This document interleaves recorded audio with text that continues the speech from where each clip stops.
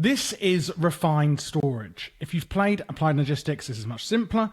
I'm going to be taking you through absolutely everything you could need to know about the mod to get you up and running from start to finish without any waffle, and this is much simpler than it would appear. Refined storage is a lot simpler and beginner-friendly than Applied Logistics is. So if you don't like channels or anything like that, or you just want to have a storage system where you could just store stuff and get stuff done without all the complexities of super crazy networking, refined storage will be for you. So the first item you're going to want to make with a refined storage network, because that's how it works, it all works as a combined network, will be the controller. This is the CPU, or the brains, if you will, of the operation. So I'm just going to remake this kind of here. So when you place down a controller, can be anywhere, it will look like this. It looks like it's turned off. You need to power it. So I'm going to use Mechanism to power my refined storage controller. I've just put a Creative Energy cube next to it, and now it's powered. As you can see, I can right-click into the controller and see that it is using nothing out of X amount of energy. Then what I'm going to do is I'm going to start hooking up some cables, okay? So you literally just connect it like this, any side. It can connect to all sides of the controller for your network. Anything that I now connect to this will be on this specific network, whereas this over here is a separate network. So I'm going to place these cables down. And then the next thing you're going to want to actually store your stuff is probably a disk drive. Imagine this is like a server rack or a hard drive rack where you could literally just put in drives. Now, one thing that you're going to be using a lot of in refined storage are these processors. This one for the disk drive requires an advanced processor, which requires you to smelt up a raw advanced processor, which is made as seen. There's a few different processors, they're all made as I've just shown you. So I'm going to add the disk drive onto my cable here. I then right-click into it, and you can see it has slots for 8 disks. For example, this 64K storage disk I could put in here, and now you can see on the top left it has a disk in it. On the left hand here, we can see it says 0 out of 64,000. That is how many items the 64,000 disk can store. If you're used to Applied Logistics, you may wonder, is there a types of item limit? No, there's not. If you don't know what that means, then don't worry. I'm just explaining it for the people who are wondering. So you can basically store in this disk 64,000 items. So the way that you make this is either with a 64K storage part, and some quartz enriched iron, shown as, iron and quartz, and some other bits. A 64K storage part is made with 3 16K storage parts and some advanced processors. A 16K is made from 3 4K storage parts, and one 4K storage part is made from 3 1K storage parts. And then you make that with silicon, which you just get by smelting up nether quartz. So you can kind of see how, 3 1Ks equal 1 4K, 3 4Ks equal 16K, 3 16Ks equals 64K, and there are add-on mods as well that add even higher tiers should you want them. What you can also do, rather than using a 64K storage disk, if you don't want to use drives, is make a 64K storage block. And what I can do there is just place down the 64K storage block, right-click into it, and you can see it says 0 out of 64K.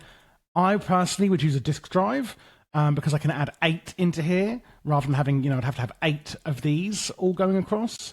So disk drive, in my opinion, is a lot easier to store things efficiently. But how do we access those items? Well, there's a few ways. One simple way is going to be some sort of crafting grid, as you can see here. A crafting grid is made with an advanced processor and a grid. A grid, I will show you the difference in a second. So a crafting grid. So a grid shows you all of the items in here. Let's say I want to put in here 64 dirt, right?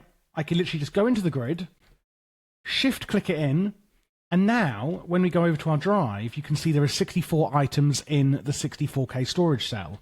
That is because this grass is now in the network.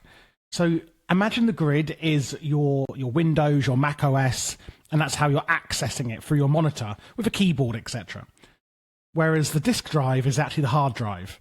you can't just go and access a hard drive or put things in or out of it without actually using an interface like your monitor on your PC, for example. And that is how I would say to imagine this setup here. A crafting grid, however, is the same as a grid, but you can actually craft inside of it as well, as seen here. So what are all these buttons on the left?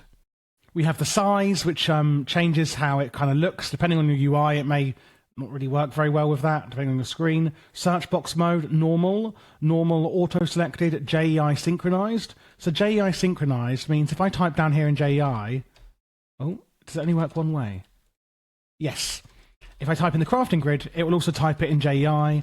So if I go at refined, it will then take up all the refined storage items. We have the sorting type, so I can sort by quantity, by name, by ID, by last modified. So that's in here.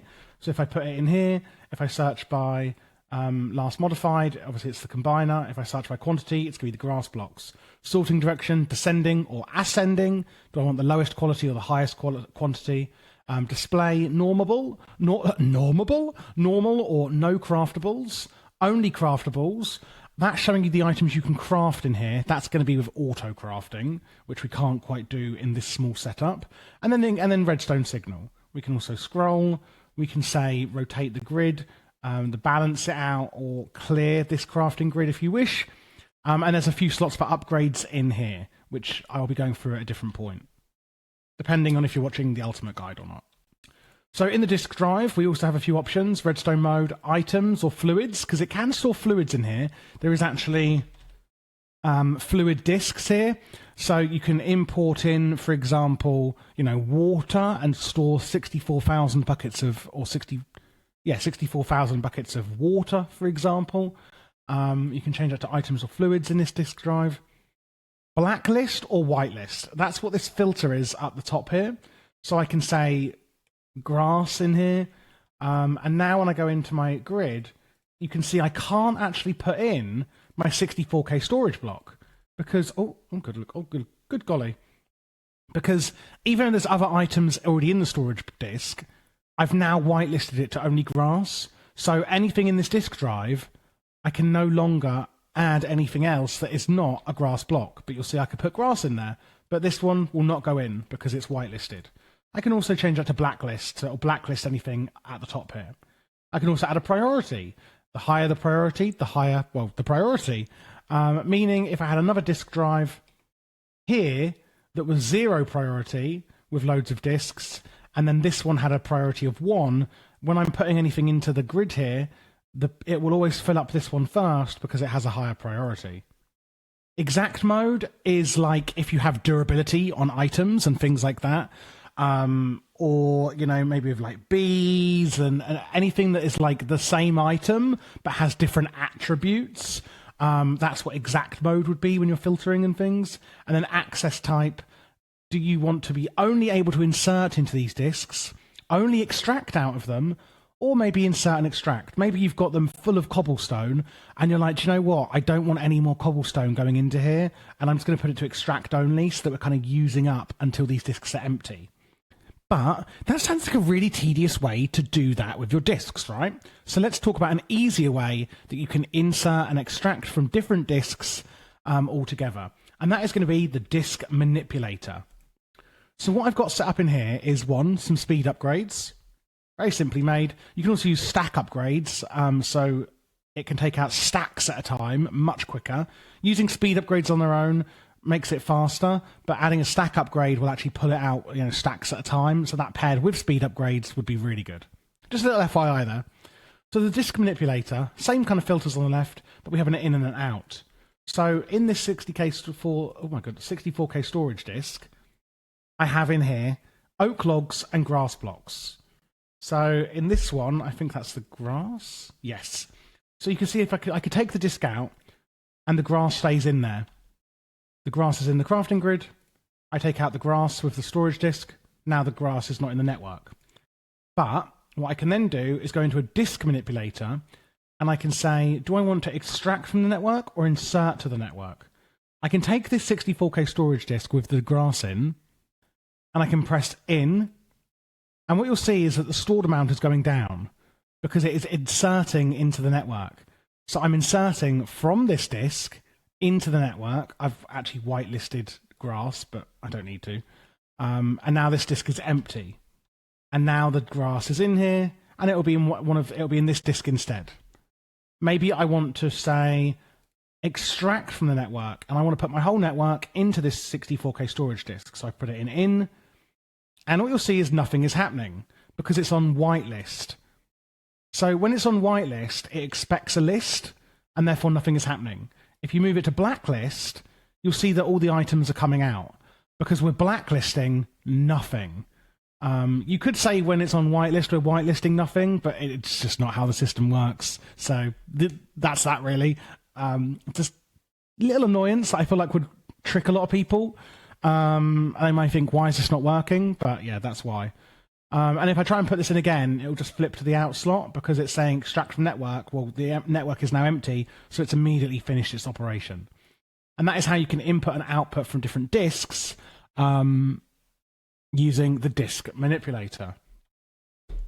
Before we get any further, I want to let you know that I'm partnering up with Gportal here to give you 10% off your first month with them. They do all sorts of Minecraft servers, whether you want modded, Spigot, Sponge, anything you want. And you can swap out not just Minecraft, but any game on your server at the click of a button with GameCloud.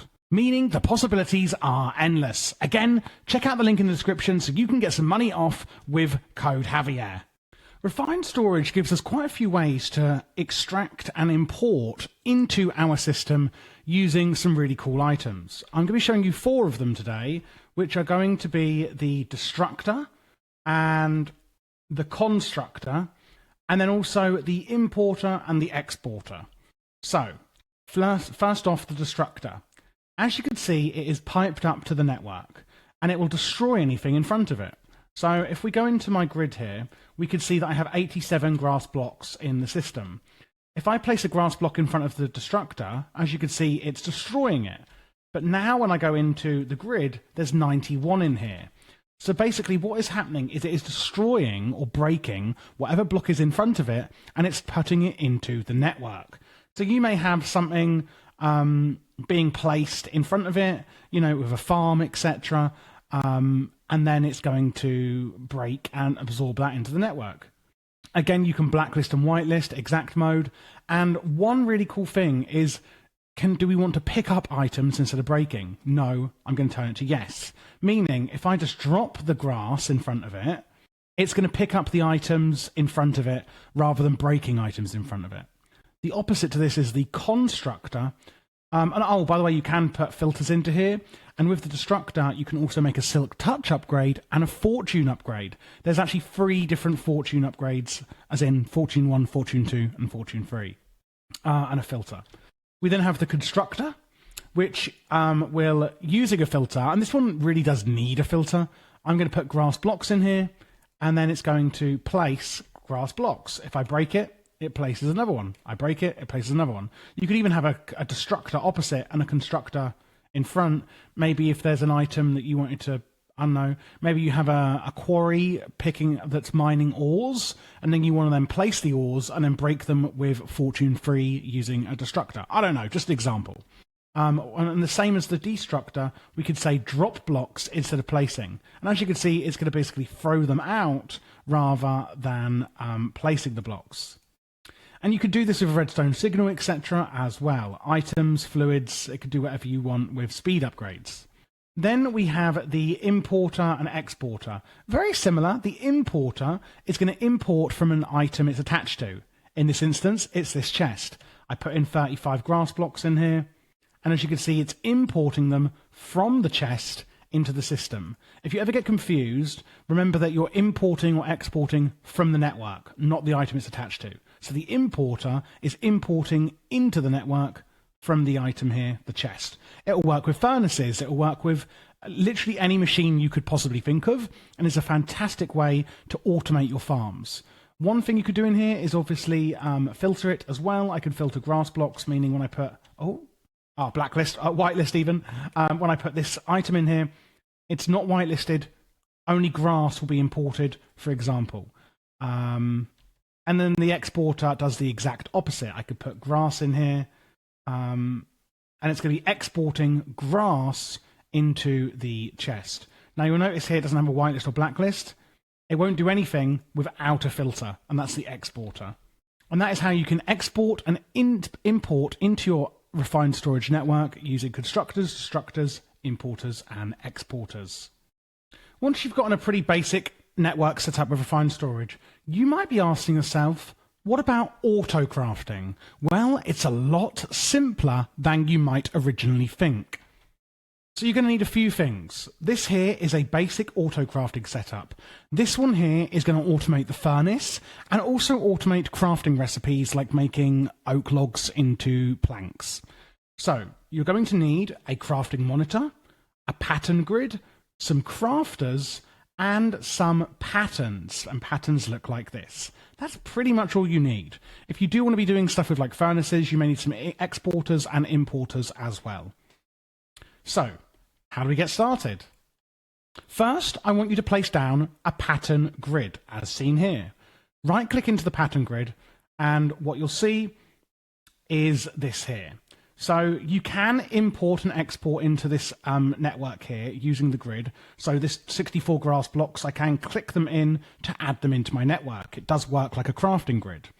But what you'll see here is a crafting grid, and this crafting grid isn't for crafting. What you'll see is a processing and an exact button. I'm going to go over that a bit later. So let's say here that I want to make doors. I want to make oak doors, okay? You can see in here I've got oak logs in my inventory or in the network. I click on the oak logs and I place one in the middle here. It could be in, it doesn't matter which slot. I like to place it in the middle because I'm a control freak. And you can see it says, it recognizes that oak logs equals 4 oak planks. I then get a pattern. I put it into this slot here. I press create. It has now created a pattern with 4 oak planks. What I do is I take that pattern out and I then go into a crafter, which I've placed down and connected to my network. When I go into my inventory, whether I'm in a crafter or not, what you can see here is that I have the pattern, and all of these patterns look the same. If you press shift on your keyboard, it will show you what the patterns are. So these two next to each other, just like normal patterns, I press shift and I can then see it says pattern, inputs 1 oak log, outputs 4 oak planks, 1 iron ore equals 1 iron ingot, for example. So I'm going to take the oak planks pattern and put it into the crafter here. You can then see it has a pattern for oak planks. If I then go back into my pattern grid, you can see that oak planks says craft, whereas everything else says how many I've got of them.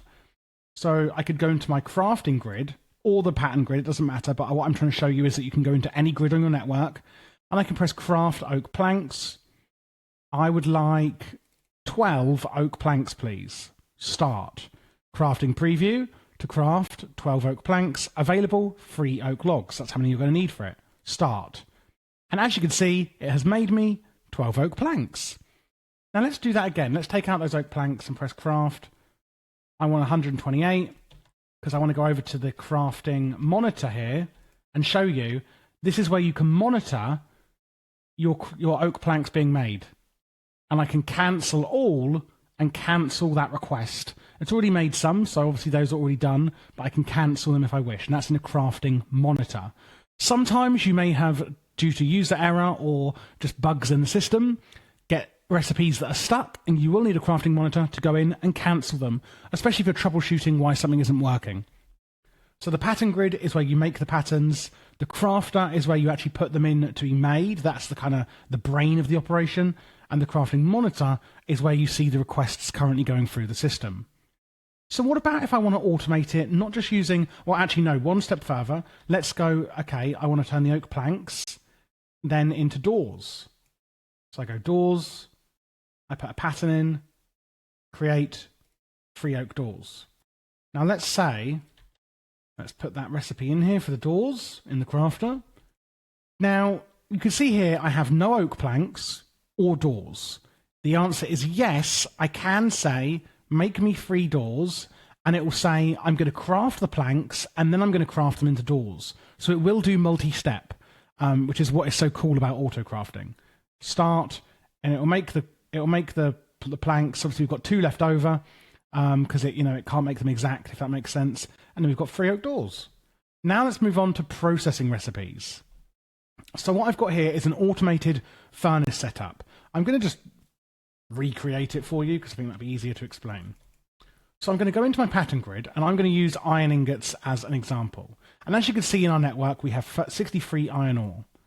I'm going to place in here iron ore, tick processing, and then place iron ore. And can you see that it says 63? Well, I only want to use one. So what I can do here is click on the iron ore, minus 64, and press set. 1 iron ore equals 1 iron ingot, and it's a processing recipe. I then put in the pattern, create, and there we go. It says 1 iron ore equals 1 iron ingot. Now, I don't put it into this crafter here. What I actually need to do is place down my furnace, because this is where the crafting is going to happen, and then I'm going to click a crafter on top of it. Hook it up to the network, and can you see that this black dot, you can kind of see that it's pointing this way.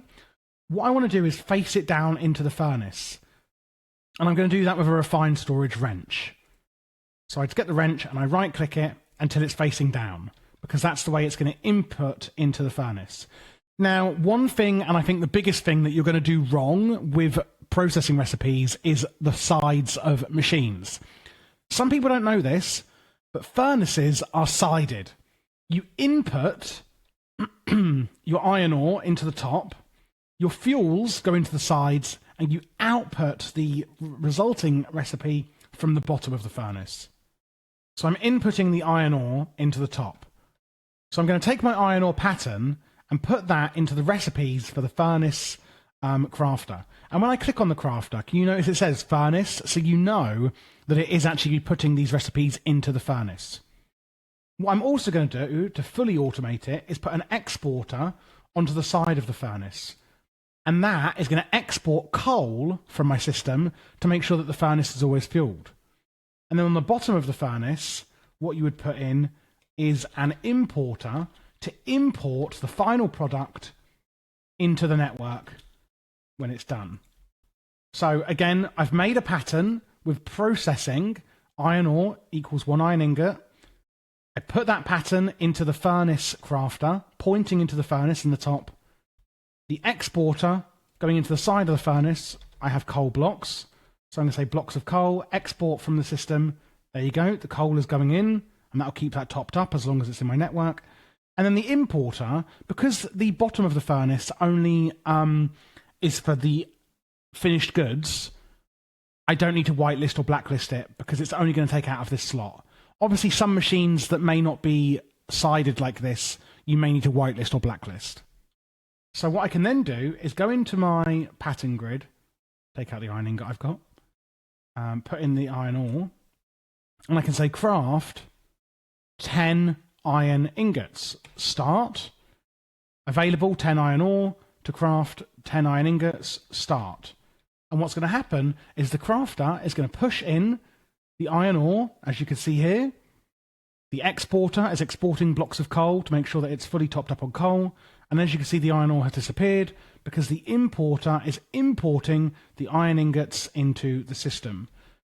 And there we go. You've automated making ingots. Now, one other thing you could do in here is when you're making a pattern, I can click on it on the iron ore, and it says alternatives. If I click this, you could, it's actually really clever. You can see here, I could tick forge ores. And what I can basically do with this is it will do all ores. Every single ore in the mod, or the mod pack, it's then just going to do apply, set. And now this iron ore recipe is actually just going to do all forge ores. So it's one recipe for all ores.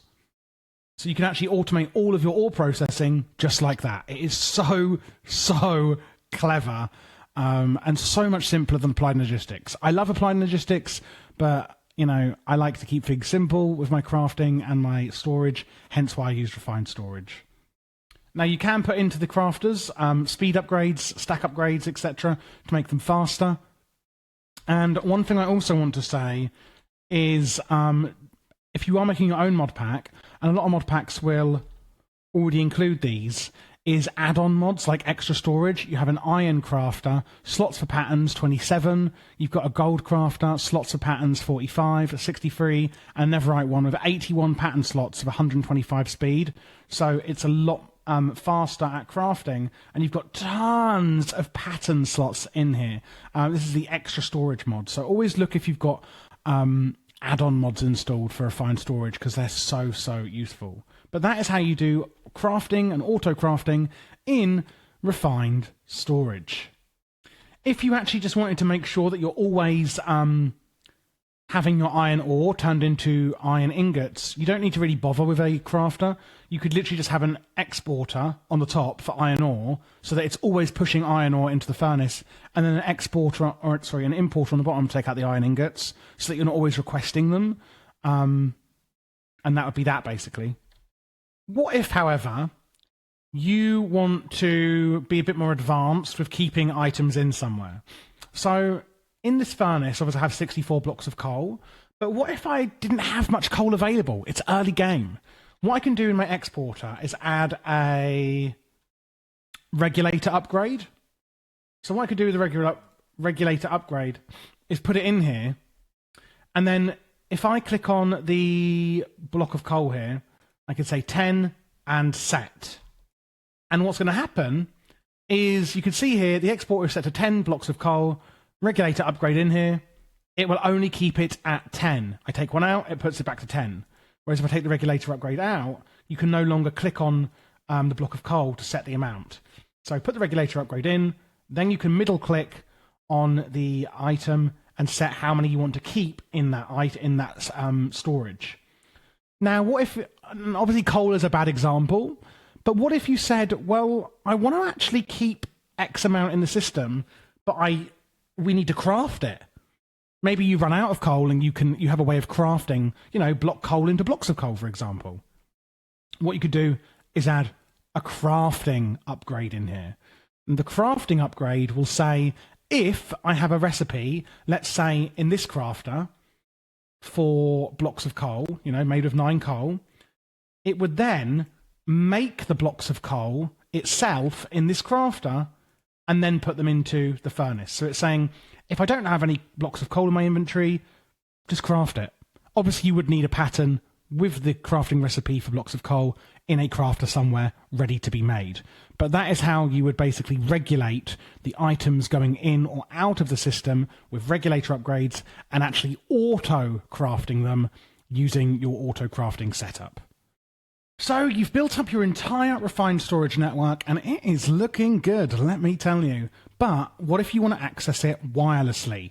Or you want to extend it wirelessly over your gargantuan base? Well, there's a few different ways to do it. First up, let's look at extending the network over areas. Let's say I've got my base over here, and I've got this wonderful storage network, but I actually want to do some stuff over this canyon here, over here. And I don't want to be, having these cables coming all the way over here. So what do? I'm going to need a network transmitter, a network card, and a network receiver. So the network transmitter, what I want you to do is place that at your main network, which is obviously this one. It's in the name, it's transmitting from this network to somewhere else. And then over here, well, I'm just going to do it over here because it's where I have my example set up, is where I'm transmitting it to, the receiver. This is receiving the network signal. As you can see, I have an external storage interface and a chest set up. And this has in it, let's do something unique, I'm not going to have already, 1K storage blocks. So what I'm then going to do is I'm going to go into my network transmitter, and I'm going to get my, you see it says here, missing network card. Okay, I need a network card. And I'm going to right click it on the receiver. Okay, nothing really comes up, but if you hover over it, it says linked to, XYZ. I then go into my network transmitter, and I put the network card in, and you can see it says it's 8 blocks away. Now what I've done here is I've linked it up with a cable to a external storage. So I wanted to show you external storage at the same time, because this is kind of another way of expanding outside of your network. Rather than using disks and drives and all of this, you can actually add an external storage interface onto a storage device like a chest. And what this means is that whatever is in this chest is now in your network. We have actually extended the network to an external storage. So these 64 1K storage blocks are now in the network because of the external storage, and also because of the network receiver, which is receiving it from this network transmitter with a network card. So when I look in here, I can now see 64 1K storage blocks, even though it's all the way over there. Another thing you can make is a portable grid. This is actually interesting. Now, the portable grid does not connect to your network. It's actually a portable disk viewer. So you need to charge it up. I would use something like a Creative Energy Cube, from Mechanism, anything that can charge items. You put it into this slot here, for example. Refined Storage doesn't add an item that does this. You need to use another mod to charge it. And what I can do is I can right-click it in the air, and you can see there's nothing in here. And I can take a 16K storage disk, which already has stuff in it, put it in this top right slot, and I can access it, and I can import and export to the system. So it's a portable way. It can only hold one disk, but it's a portable way of having a little mini network. I can also shift right click it on the ground to place it down, and I can access it that way and link it up to export or import from the system as well if I wish. And then lastly, what we have is wireless grids. Wireless grids actually connect to the network here. So what I'm going to do is place a wireless transmitter down. If I right click on it, you can see it's 16 blocks. That is how far I can go. Now, I can actually add range upgrades. I could put one in here, and it's 24 blocks. And then it goes up to 48 blocks. Some add-ons to Refined Storage will give you crazy big ranges. But basically, this wireless transmitter will now transmit this network 48 blocks away. And I can just right-click into my wireless grid, and you can see here it can access the items that are in the nearby network. It's literally like your phone is connecting to your wireless, your Wi-Fi at home, if you will. And that is all there is to it, to wireless networks. Another little thing I just want to show you quickly is the detector. On the detector, this is going to emit a redstone signal with oak planks. I literally click in oak planks. I put in the amount, 100. You could say when it's above the amount, when it's under the amount, when it's on the amount. So when it's above the amount, there's nothing in here at the moment. I put in over 100. Now it's emitting a redstone signal. You could use this for things, types, fluids, etc. As well. And then one other item you can... Oh, hello down there. One item you can use as well as a security manager. If you're on a server, especially if you've got those wireless networks around, and make a security card, put it in here. And then what you can do is you can say, so if there's no security card, everyone can do everything. If you add a security card, I can say, does this person, can they insert into my network? Can they extract? Can they autocraft? Can they do X, Y, Z? And then I believe you can just right click it onto a player. I can't test it because oh yes, if I shift right click, it then binds it to me. So give it to a player or click on them, and it should bind that security card to that player, meaning that whatever is on that configured card will then work for that player. So I bound it to me, and I'm going to say I can only insert and extract, but I can't do autocrafting, etc. And then you can put these security cards into your security manager to manage what players on your server can do what. And when you're working with wireless networks, and it's all getting a bit crazy, I think these are really, really important on servers. I hope you did enjoy the video. Click that subscribe button if you did, and of course leave a thumbs up. If you're looking for other mod guides, I do a hell of a lot on this channel. My actual goal on this channel is to complete every major mod in the entirety of Minecraft for Forge, Fabric, etc. If you look at my channel, I have a tech mod shelf, a magic mod shelf, a utility and standalone mod shelf, so ones that aren't in playlists. I also have now mod pack guides as a shelf. So at the moment I am live streaming through RLCraft, and you can get that of course on my lives. I live every Wednesday and Saturday, and you can always see when the next scheduled stream is. And I play through the mod pack, and then I will also do separate guides on that mod pack. So if you are looking for specific mod packs, or you just want to come along and ask me some questions or hang out, you can also do that there. Do also just use the search bar if you are looking for a specific mod. And if you'd like to play with me, the mod pack that I do live stream, I do from our Patreon server, which of course you can join down below, which would massively support the channel, but also gets you access to things like that.